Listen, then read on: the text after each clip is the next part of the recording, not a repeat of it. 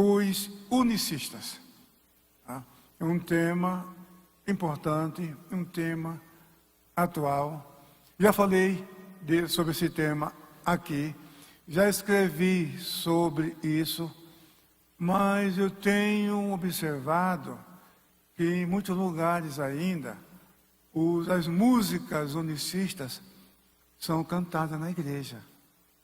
E isso é uma preocupação, porque infelizmente ainda há obreiros que acham que não tem problema nenhum, mas tem problema. Problema sério. E sério. Eu quero ler aqui como ponto de partida, veja que na página 108, eu coloquei aqui o texto de 1 aos Coríntios, no capítulo 11 e o versículo 4, aconselhamento do apóstolo Paulo, ensino apostólico, onde lemos o seguinte, eu vou ler como ponto de partida, coloquei também um trecho do credo de Atanásio, que está na nossa declaração de fé, como um apêndice. Na nossa declaração de fé, e nós temos ali 5 credos universais. Eu já falei sobre cada um desses créditos aqui, e não vou repetir esse assunto. Mas o credo de Atanásio, que é o 5º credo daquela lista, primeiro vem o credo dos apóstolos, depois vem o credo niceno, o terceiro credo niceno constantinopolitano, que é uma revisão da formulação de Nicéia do ano 325, e no ano 381 esse credo foi revisado, e é chamado de credo niceno constantinopolitano, porque foi no primeiro concílio de Constantinopla. E depois, em 451, veio o credo da Calcedônia, e depois o credo de Atanásio.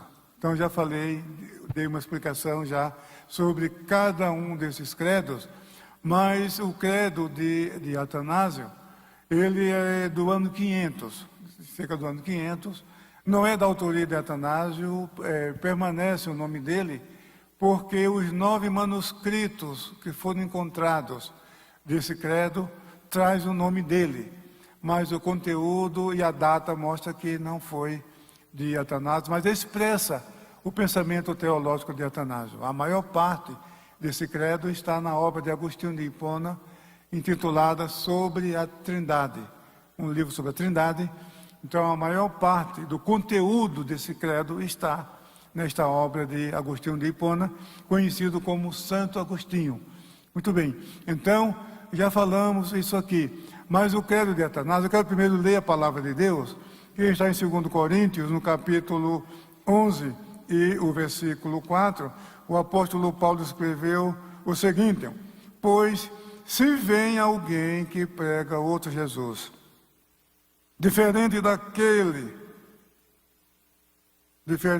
daquele que nós pregamos, ou se vocês aceitam um espírito diferente daquele que já receberam, ou um evangelho diferente do que já aceitaram, vocês toleram isso muito bem. Então veja, meus irmãos, aqui o apóstolo está falando de um Jesus diferente, está falando de um espírito diferente, e está falando de um evangelho diferente. E essas 3 coisas a gente vê no dia a dia por aí, ainda hoje devemos tomar muito cuidado, mas o enfoque hoje aqui é sobre o unicismo. Os unicistas são também conhecidos de modalistas, e vou explicar rapidamente porque eles são conhecidos também como modalistas. Eles negam a doutrina da Trindade. Esse é o ponto crucial. Eles negam a doutrina da Trindade. Eles não negam a divindade de Jesus. Eles não negam a divindade do Espírito Santo, mas negam a Trindade. Por quê? Porque, meus irmãos, a Trindade é um só Deus em 3 pessoas. Um só Deus que subsiste em 3 pessoas. Isso está no nosso Cremos. Em todas as edições do Mensageiro da Paz, temos ali o nosso Cremos. E o 2º artigo de fé do Cremos fala: cremos em um só Deus, eternamente subsistente em 3 pessoas distintas. distintas: o Pai, o Filho e o Espírito Santo. Então Deus não é uma só pessoa. São 3 pessoas em uma só divindade.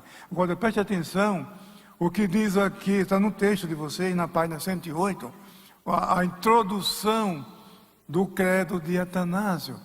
Ele diz o seguinte: todo aquele que quer ser salvo, veja, todo aquele que quer ser salvo, antes de tudo, deve professar a fé cristã, a qual é preciso que cada um guarde perfeita e inviolada, ou terá com certeza de perecer para sempre.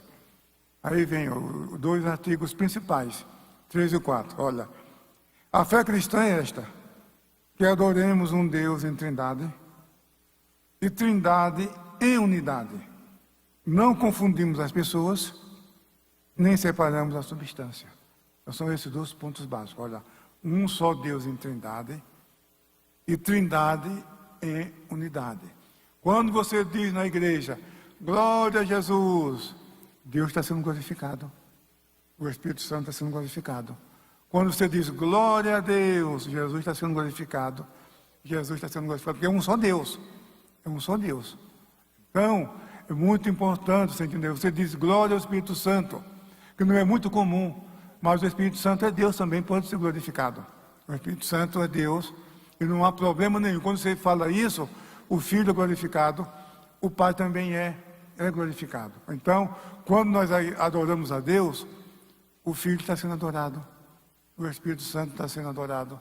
Você vê aqui, olha, em Filipenses, no capítulo 3 e versículo 4, olha aqui o que nos escreveu o apóstolo Paulo. Filipenses, capítulo 3 e o versículo 4, lemos o seguinte.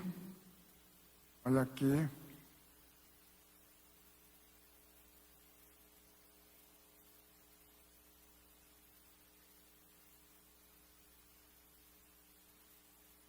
Filipenses, capítulo 3, diz o seguinte.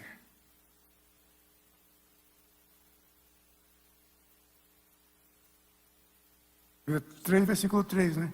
Porque nós é que somos a circuncisão, nós que adoramos a Deus no Espírito e nos glorificamos em Cristo Jesus, em vez de confiarmos na carne. Essa construção aqui, nós adoramos a Deus no Espírito. Essa tradução pode ser feita também, nós adoramos o Espírito Santo de Deus. Essa tradução é possível. Agostinho de Hipona, nesse livro que eu já mencionei sobre a Trindade, ele diz com todas as letras que as igrejas dos primeiros séculos adoravam ao Espírito Santo. E ele citou essa passagem. Agora, interessante que nenhuma Bíblia moderna, nos tempos atuais, ousaram fazer a tradução dessa maneira. Mas Gordon Fee, no seu comentário de Filipenses, ele explica por que isso. Primeiro ele fala que o Espírito Santo é Deus, que ele é adorado juntamente com o Pai e com o Filho. E isso é aceito em todos os ramos do cristianismo. E que essa tradução, ele colocou isso uma nota de rodapé. Essa tradução não é feita porque é uma única passagem que fala de maneira direta da adoração do Espírito Santo. Há inúmeras passagens que mostram o Espírito Santo como Deus. Há inúmeras passagens que mostram o Espírito Santo como Criador dos céus e da terra. Há muitas passagens que mostram o Espírito Santo como onisciente, como onipresente, como Deus, como Javé, o Deus de Israel. Sim, há várias passagens na Bíblia que mostram tudo isso. A deidade absoluta do Espírito Santo e os seus atributos divinos. Muito bem. Mas a divindade, a passagem que fala diretamente do Espírito Santo ser adorado, é somente essa passagem, por isso que os tradutores da Bíblia resolveram deixar dessa forma, mas está falando da divindade do Espírito Santo, não tem prejuízo nenhum. Aqui está dizendo, olha, versículo 3, olha que o que diz a palavra, porque nós é que somos a circuncisão, nós que adoramos a Deus no Espírito. Então essa adoração a Deus no Espírito é adoração ao Espírito Santo também. E veja que os nossos pais tiveram uma iluminação tão extraordinária, tão brilhante, que alguns hinos da harpa louvam, oram a Deus de forma direta. O hino 24, o poder pentecostal, é uma adoração ao Espírito Santo. O Santo Consolador também é uma adoração, uma oração ao Espírito Santo. Então, isso estou falando na década de 20. Olha, muito cedo na história das Assembleias de Deus, os nossos pais já tinham essa compreensão e ousaram a compor hinos louvando o Espírito Santo. Isso é muito importante. O hino 10 fala da Trindade, o hino 10, glória a Deus, o Pai Eterno, né? Aí fala, o pastor está aí, pastor, o 436 também, né? Então, o hino 181, vem tu, ó Rei dos Reis, tá? Fala do Espírito. Agora veja que os nossos pais tinham essa iluminação, e eles entenderam. Então, meus irmãos, nós não temos dúvida alguma, esse é um ponto que já foi definido lá em Nicéia, isso ninguém mais questiona. Muito bem. Agora o problema, que aqui no credo de Atanásio, que é baseado nas Escrituras Sagradas, ele fala que nós adoramos um Deus em trindade e trindade em unidade. Então, quando nós adoramos a Deus, estamos falando do Deus Trino. Lá em Deuteronômio 6:4, ouve, ó Israel, o Senhor nosso Deus é o único Senhor. Ali está o Pai, ali estão o Pai, o Filho e o Espírito Santo. Ali é Deus. Muito bem. Então, quando Jesus é adorado, ele pessoalmente é adorado, o Pai está sendo adorado nele e também o Espírito Santo está sendo adorado nele. Tudo bem. Mas a outra parte diz o seguinte: não confundimos as pessoas, nem separamos a substância. As testemunhas de Jeová separam a substância. Fala que Jesus é Deus, mas de segunda categoria, um Deus inferior, que Jeová é o grande Deus verdadeiro, e Jesus é um Deus de outra natureza. Isso é heresia. A Bíblia não ensina isso. A Bíblia, Jesus disse, eu e o Pai somos um. São da mesma essência, da mesma natureza. Muito bem. Então, o problema da testemunha de Jeová é que nega Jesus. E segundo Romanos 10, versículo 9, se com tua boca confessares ao Senhor Jesus, e em teu coração creres que Deus o ressuscitou dos mortos, serás salvo. Então, crê em Jesus como Senhor. Quer dizer, se negar a divindade de Jesus, nada feito. Volta a estaca zero. A salvação depende da fé em Jesus como Deus. Crer em Jesus como um anjo, como um homem perfeito, como um grande filósofo, como um grande... Não. Tem que reconhecer a divindade de Jesus. A salvação é em Jesus, mas precisa crer na sua deidade. Se com tua boca confessar, está o Senhor Jesus. Confessar ao Senhor. Aí, Senhor está falando da deidade, da divindade.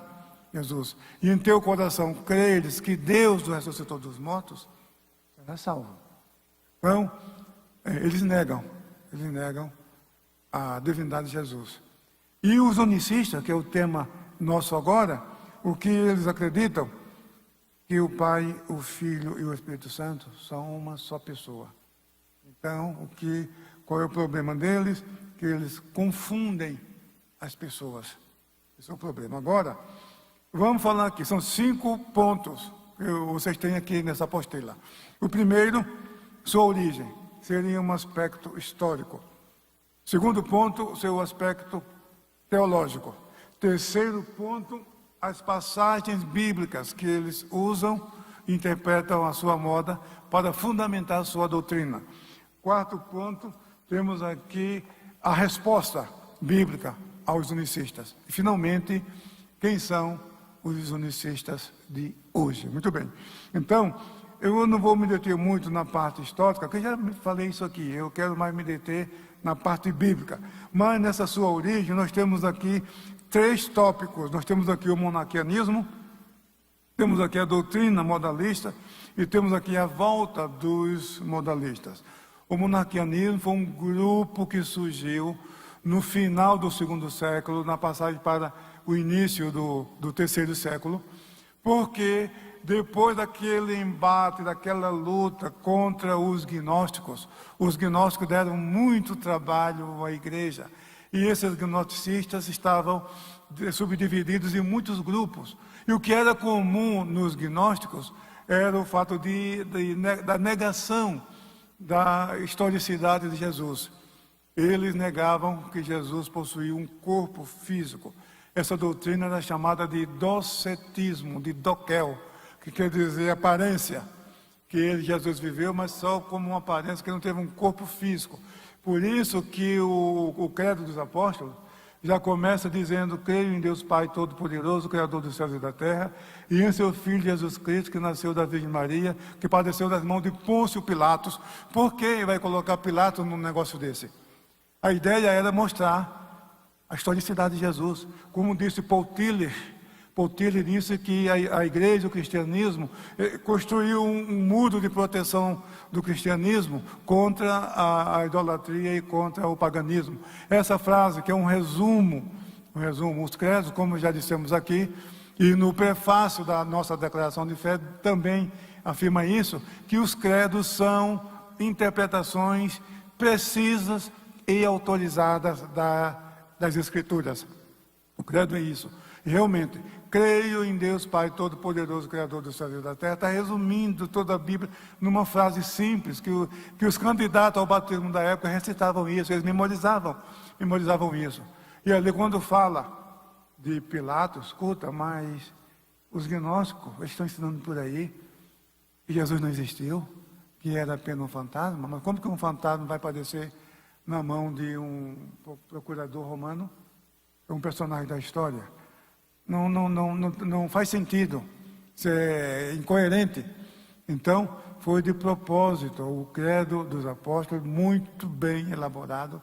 São 12 declarações concisas, resumindo cada um dos pontos principais da fé cristã.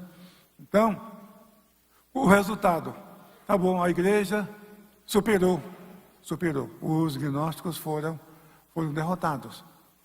Mas aí, como saldo, como resultado desse embate, veio a pergunta. Bom, isso levou muitos a um raciocínio. Se o cristianismo é monoteísta, se o cristianismo adora um só Deus, e como fica Jesus? Porque Jesus é adorado nas igrejas, desde a era apostólica.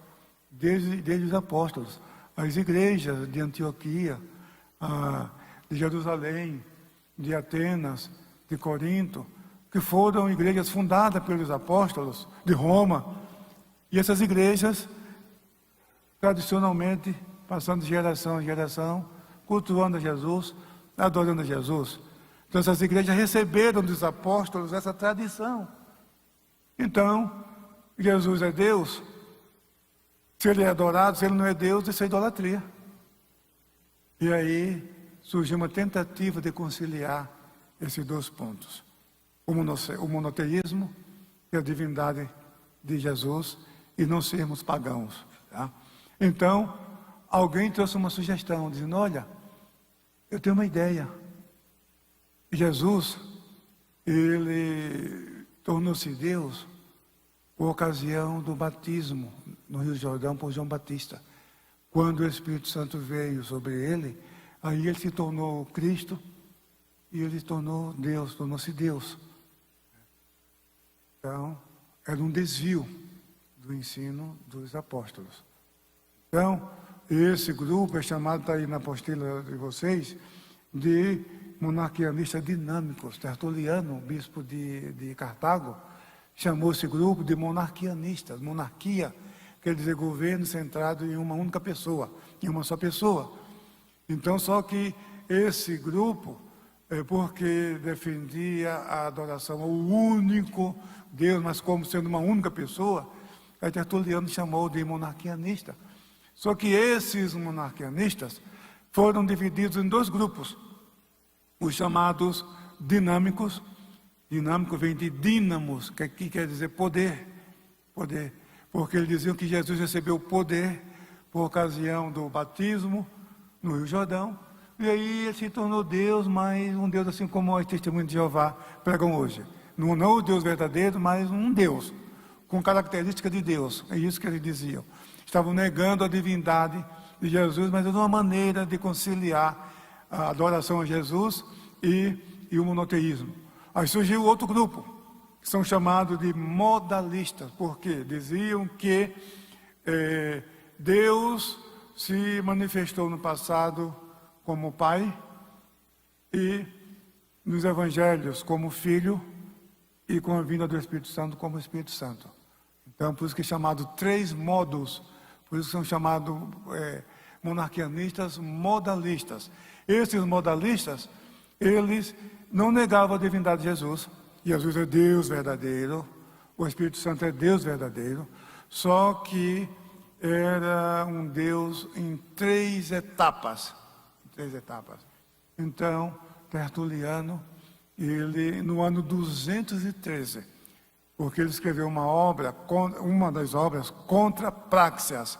Práxias é mencionado aqui, que foi o mentor, ele e Noeto, que foram os heresiarcas, os mentores dessa doutrina. E Sabélio, o bispo Sabélio, ele se encarregou da divulgação, de divulgar esse ensino nas igrejas.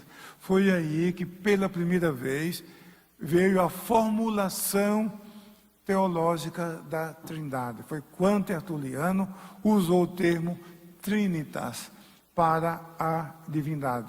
O ano 213. Tertuliano deixou claro, e ele explicou interessante, a mesma ilustração que os unicistas usavam. Tertuliano usou a mesma ilustração, mas explicando de forma diferente. Porque os unicistas, ele usava o exemplo da luz, para mostrar que o Pai, o Filho e o Espírito Santo são uma só pessoa. Tertuliano falou, não, é o seguinte, de manhã, quando nasce o sol, os raios solares, é a luz do sol. Aí o que acontece? À tarde, quando você vê o sol entre as árvores na floresta, aí você vê aquelas flechas de luz do sol, é o mesmo sol, mas a forma é diferente. E à tardezinha, quando o sol se põe, você vê o sol ali, é o mesmo sol, mas diferente, a forma é diferente. Então, ele usa essa mesma ilustração para mostrar a Trindade. O Pai, o Filho e o Espírito Santo são três formas de uma mesma essência. A essência é uma, mas ele falou formas e graus são diferentes. Então, Tertuliano foi muito feliz com essa doutrina. E essa doutrina é mantida até hoje. Ganhou espaço no Ocidente e também no Oriente, porque ele era de Cartago, representava as igrejas do Ocidente. Muito bem. Então aqui nós temos, aí o bispo Sabélio foi derrotado nos seus debates, e eu quero mostrar aqui os versículos que eles adotavam, que os unicistas adotam ainda hoje, para defender a sua crença. Mas eu devo dizer o seguinte, que os unicistas, os modalistas, desapareceram. Já no 4º, 5º século desapareceram. Século 9º, 8º, mais ou menos, ressurgiu ali na Espanha, mas também logo desapareceu.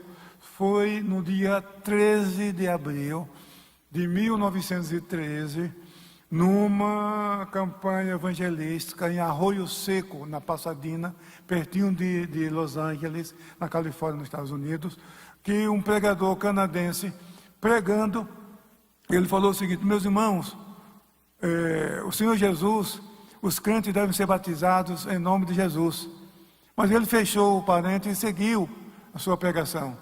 E um cidadão alemão, um imigrante alemão que estava naquele evento, Diz que teve uma revelação naquela noite que os crentes tinham que ser batizados em nome de Jesus e que o Pai, o Filho e o Espírito Santo são um só Deus. Então ele trouxe de volta aquela doutrina unicista lá de Sabelo, o sabelianismo. Só que os unicistas de hoje têm uma pequena diferença em relação aos modalistas.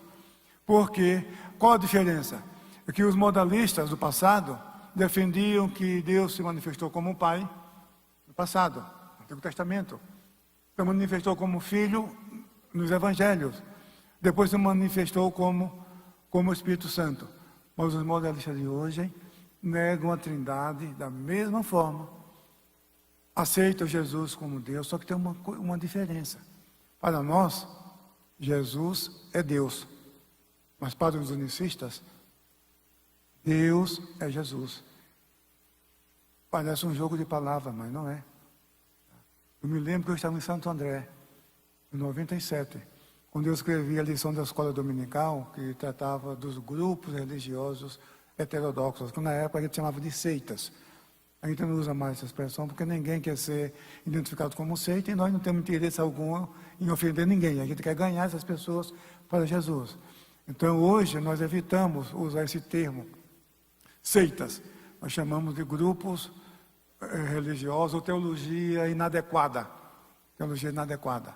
Então, eu escrevi a lição da escola dominical, isso foi em 94. Desculpe, em 96. E o pastor lá de Santo André, o pastor Silas, convidou para, num sábado à tarde, comentar 3 lições daquele trimestre ali. E ali, na hora que eu estava dando ensino, a igreja estava lotada, estava cheia. E uma pessoa na frente perguntou para mim: qual é o nome de Deus? Eu olhei, pensei, que pergunta estranha, porque eu estava falando ali, era dos mormons, dos espíritas, e um outro grupo que eu não lembro, não tinha nada a ver com os unicistas. Achei estranho, falei, bom, depende, porque a Bíblia revela a Deus com vários nomes. Elohim, El, Eloá. El é um nome genérico, é um nome usado até pelos deuses das nações. Eloá é a forma expandida de El, e Elohim é o plural de Eloá. Gênesis 1 já começa com Elohim, no princípio criou Deus os céus e a terra, e aparece ali o nome Elohim, que é o plural. Esse é um dos nomes de Deus. El Shaddai é outro nome de Deus, Deus Todo-Poderoso. Elion, Altíssimo, e El Elion, Deus Altíssimo. Adonai é o nome exclusivo de Deus. Na Bíblia, esse nome só aplica a Deus. Ele vem de Adon. Adon é Senhor, como pronome de tratamento. Mas Adonai é um nome divino. Somente Deus. Adonai. E Yahvé, ou Javé, de forma mais aportuguesada. Achei. Aí ele leu Mateus 28, 19. Batizando em nome do Pai, do Filho e do Espírito Santo. Não, ali não é o nome. Então, aí depois, eles se apresentaram e queriam conversar comigo, queriam uma entrevista. Aí um dos pastores de lá me levou para uma sala. Eram 2 que entraram ali, se apresentando como jornalistas de um jornal do ABC. Né? E aí o pastor perguntou para ele: escuta, mas vocês são de que igreja? Nós somos a Voz da Verdade.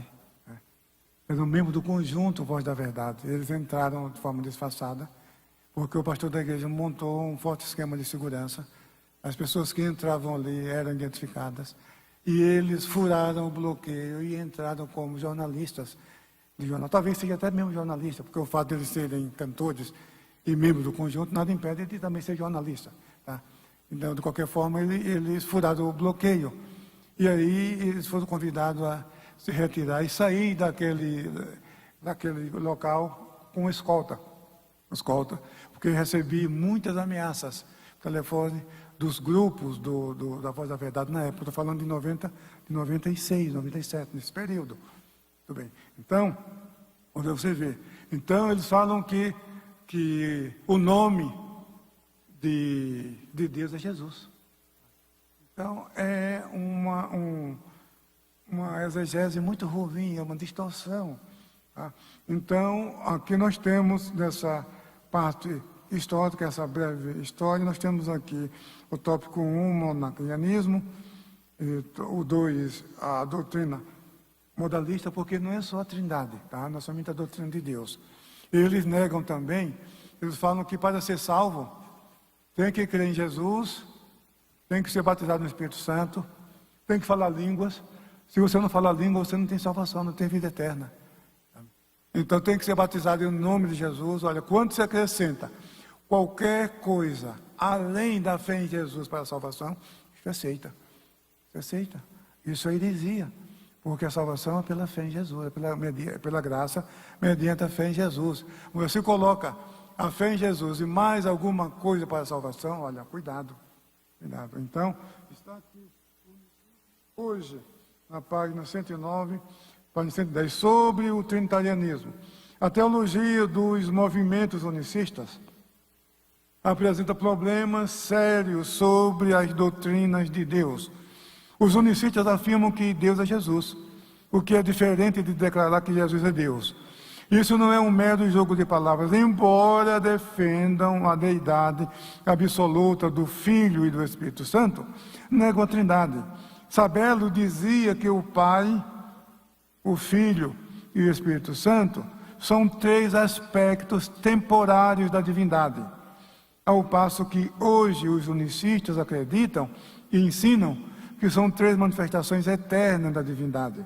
O que há de comum entre eles e que ambos afirmam é que a divindade é uma pessoa, é uma só pessoa. Então aí está o erro doutrinário. Porque, meus irmãos, em João, capítulo 17, versículo 3, Jesus disse: e a vida eterna é esta, que te conheçam a ti só por um único Deus verdadeiro, e a Jesus Cristo a quem enviaste. Então, meus irmãos, seguiu Jesus errado, está adorando um Deus errado. E sabe qual é o resultado disso? E parar no céu errado também. É isso. Isso não é brincadeira. Isso não é brincadeira. É uma questão de vida ou morte. É uma questão de vida ou morte. O credo de Etanásio definiu bem. E a fé cristã é esta: que adoremos um Deus em trindade e trindade em unidade. Não confundimos as pessoas, nem separamos a substância.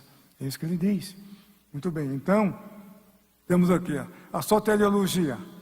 Os unicistas se distinguem de todos os evangélicos pentecostais e também os não pentecostais. Afirmam que para alguém ser salvo, veja só, é necessário arrependimento, fé em Jesus, batismo em águas em nome de Jesus Cristo e o batismo no Espírito Santo. Então, se faltar um desses elementos, você não tem salvação, você não tem vida eterna. Isso é um desvio doutrinário. É uma soteriologia falsa. Muito bem. Outro ponto, sobre o pentecostalismo deles. O seu pentecostalismo destoa dos pentecostais clássicos e dos carismáticos. O pensamento unicista sobre o batismo no Espírito Santo diverge da doutrina dos pentecostais e da dos carismáticos. Eles não consideram o batismo no Espírito Santo como experiência distinta da conversão e acreditam e ensinam que o falar em línguas é necessário à salvação. Dizem que, sem o dom de línguas, a regeneração batismal é impossível. Então, meu irmão, o pentecostalismo não é isso. O batismo no Espírito Santo é uma bênção adicional. Quando Jesus disse em Atos 1:8, sabe, vocês fiquem em Jerusalém, está aqui, olha, Atos, quando os discípulos perguntaram: mestre, restaurarás tu nesse tempo o reino de Israel? Olha aqui o que ele disse: olha, mas vocês receberão poder ao descer sobre vocês o Espírito Santo, e serão minhas testemunhas, tanto em Jerusalém como em toda a Judéia e Samaria, e até os fins da terra. Então, eles, os discípulos, vão receber, Jesus falou, vocês vão receber o poder, já são crentes, ou não são? Jesus falou para eles: olha, não se alegrem porque os demônios se submetem a vocês, mas porque vocês já têm seus nomes escritos no céu. Falou isso. Jesus falou lá na ceia, lá em João: vocês já estão lavados pela minha palavra. Quando ele ressuscitou e se apresentou aos seus discípulos, está em João 20 e 22, Jesus fez: recebam o Espírito Santo. Eles já eram crentes, Jesus já tinham o Espírito Santo. Então, batismo no Espírito Santo é um revestimento de poder para capacitar o crente a testemunhar de Jesus. O dia do Pentecostes, aqueles discípulos, 120 discípulos, quer me dizer que eles se converteram ali? Ah, não faz isso. Isso é um erro grosseiro, né? Admitir, os sensacionistas defendem isso. Né? E lá em Samaria, Filipe pregou ali, as pessoas se converteram, foram batizadas, aí Pedro e João chegam ali, põe a mão sobre eles recebem o batismo do Espírito Santo. Eles são crentes, mas tem gente por aí pregando que eles não eram crentes. Se converteram como quando Pedro e João chegaram em Samaria. Isso é assassinar a exegese. Sabe? Isso é uma exegese ruim. Atos 19, aquele discípulo lá de Éfeso. Paulo perguntou: vocês receberam o batismo quando creram? Ah, não, nós fomos batizados, nem sabemos que existe o Espírito Santo. Nós somos batizados no batismo de João. Tá? Mas ali eles são chamados de discípulos. Discípulos. Vai dizer que eles não eram crentes, meus irmãos, aí ia forçar muito, sabe? Isso aí é uma exegese de uma pobreza franciscana, pode ter certeza. Tá? Então nós temos muitos livros. O Stanley Horton, no livro O Espírito Santo, eu vi agora, eu passei na CP dele do lado, e vi ali o livro do Stanley Horton. Veja aquele livro ali sobre o Espírito Santo, um livro muito rico. Ele mostra os dons espirituais, o batismo no Espírito Santo. São dois pontos, dois pilares do pentecostalismo clássico. Número 1, a separatibilidade. Isto é, o batismo no Espírito Santo, ele é sequencial. Às vezes vem junto, como no caso de Cornélio. Cornélio aceitou Jesus ali e foi batizado no Espírito Santo. Eu já vi na igreja pessoas que vieram à frente, aceitando Jesus, na hora da oração, falaram em línguas, foram batizados no Espírito Santo. Então, e a nossa declaração de fé ensina isso, deixa isso muito claro, que o batismo no Espírito Santo, ele é sequencial, mas também pode ser simultâneo, mas não é sinônimo de salvação. São bênçãos diferentes. Muito bem. E a evidência física, eu falar em línguas. Como que eu vou saber que a pessoa foi batizada no Espírito Santo? Irmão, eu tenho alegria. Enfim, todos os crentes têm o Espírito Santo. Não existe cristão no mundo sem o Espírito Santo. Paulo diz lá em Romanos 8:9, se alguém não tem o Espírito de Cristo, esse alguém não é dele. Não existe cristão sem o Espírito Santo. Todos os crentes têm o Espírito Santo. O Espírito Santo foi quem conduziu os pecadores, todos nós, para Cristo, foi o Espírito Santo. Todos os crentes têm o Espírito Santo, mas o batismo é um revestimento de poder. E como sabemos que recebemos esse poder? As línguas. As línguas são a evidência, isso é uma fórmula teológica. As evidências das línguas são a evidência física inicial, preste atenção. Evidência física inicial, porque não para aí. Porque nós temos os dons do Espírito Santo, o fruto do Espírito, não é só falar língua, não. As línguas são evidências iniciais, está lá também na nossa declaração de fé. Agora, dizer aqui, eles falam que se não falar língua, não, onde está escrito isso, irmão? Sabe, isso é um erro doutrinário crasso. Tá? Então é um pentecostalismo distinto. Eles são uma divisão das Assembleias de Deus americanas. Porque quando foi criado o primeiro concílio geral das Assembleias de Deus nos Estados Unidos, em abril de 1914, um ano depois do surgimento dos unicistas, como Assembleia de Deus, quando o concílio foi criado, como havia na época não uma aceitação das instituições, das igrejas, igreja como instituição, então eles eram livres, eles não queriam nenhum vínculo institucional. Então, eles defendiam esse princípio, e aquele concílio determinou que a igreja, a Assembleia de Deus, não ia ter nenhum credo. a Daniel Berg e Gunnar Wing já estavam aqui no Brasil. Eles chegaram em 1910 e a Assembleia de Deus foi fundada em 1911. Eu estou falando de 1914, 3 anos depois.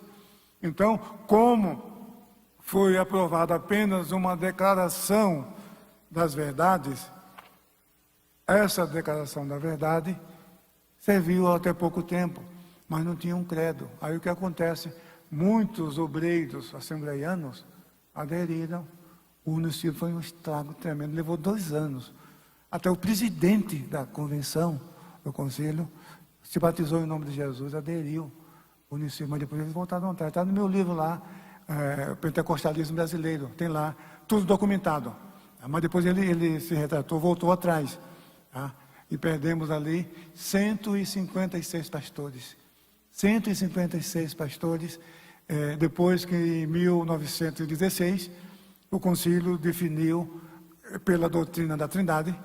Então os unicistas presentes se retiraram e criaram seus movimentos. Depois eles se dividiram e até hoje não é possível saber quantos unicistas, quantas igrejas unicistas existem no Brasil e no mundo, porque são muitos fragmentos, eles se dividiram e subdividiram. Começado com a igreja Só Jesus. No Brasil nós temos a Voz da Verdade, nós temos no Brasil a Palavra Original, a igreja lá do William Branham, então, e outros grupos. Tudo bem.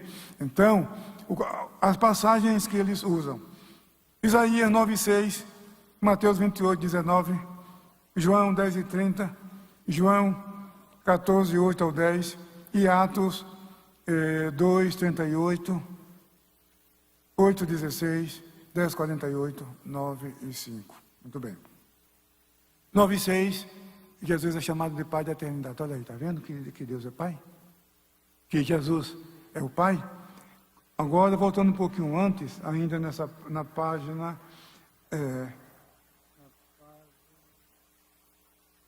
110, diz o seguinte, uma frase de Tertuliano, ele diz o seguinte: a Praxeas, a letra B, página 109, letra B. Praxeas fez 2 obras do diabo em Roma. Expulsou a profecia e introduziu a heresia. Afugentou o Paracleto e crucificou o Pai. Porque o passianismo era a doutrina do sofrimento do Pai. Fala que Jesus, na cruz, era o Pai que estava ali. Agora o que acontece?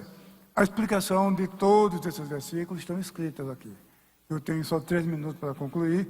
Não vai ser possível explicar todos esses pontos, mas eles estão explicados aí, vocês podem ler isso com calma. Mas eu quero concluir, assim, o batismo em nome de Jesus, essas passagens estão falando do batismo na autoridade do nome de Jesus.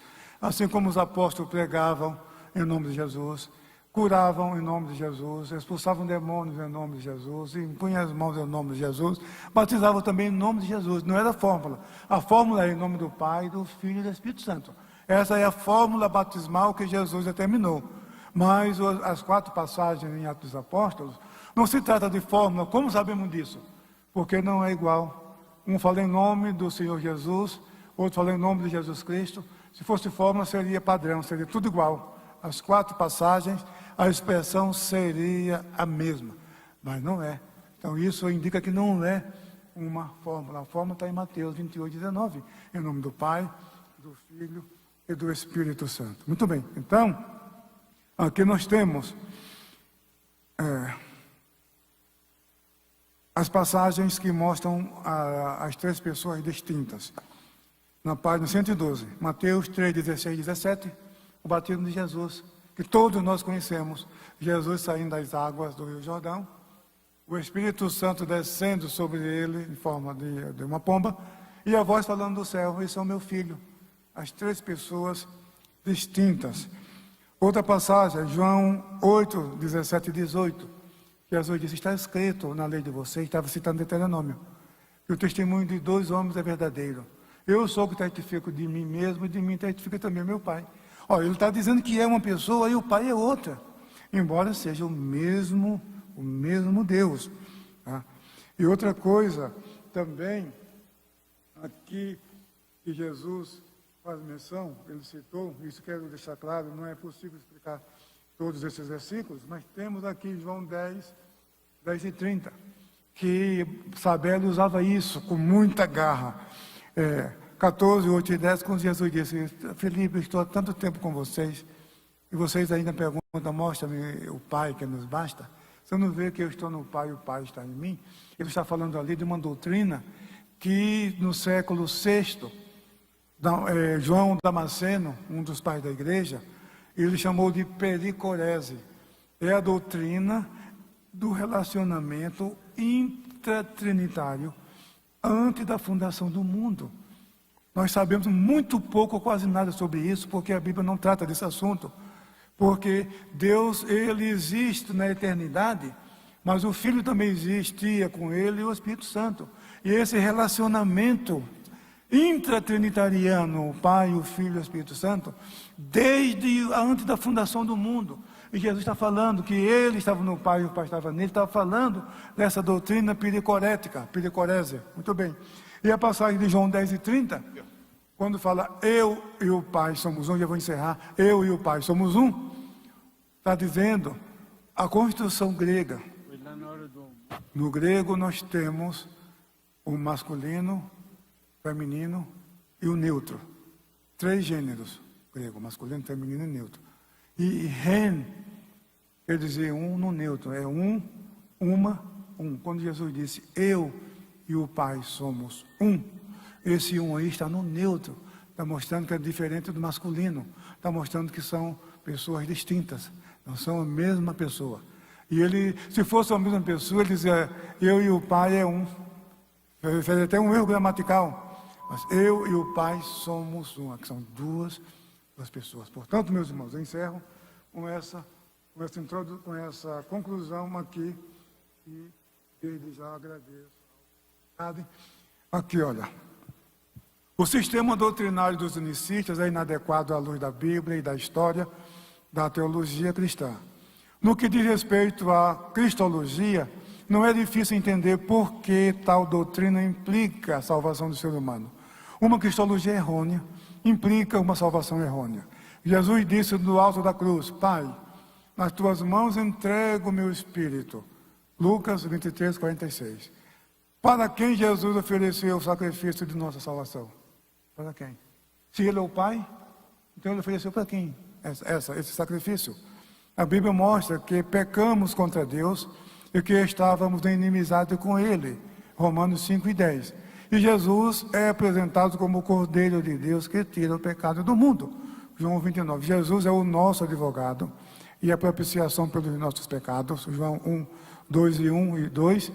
O advogado defende o réu diante do juiz. Isso mostra que o advogado não pode ser ao mesmo tempo o juiz. Então, meus irmãos, é um erro doutrinário. Agora, eu encerro dizendo o seguinte: cantar os hinos da voz da verdade na igreja, você como líder está levando o rebanho a adorar um Jesus que não é o Jesus da Bíblia.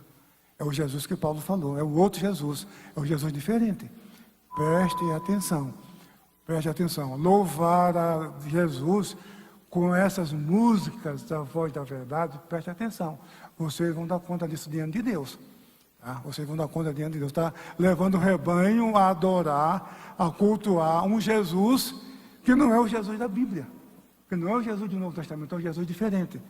Então, meus irmãos, que essa reflexão possa falar em cada coração nesta tarde. Amém?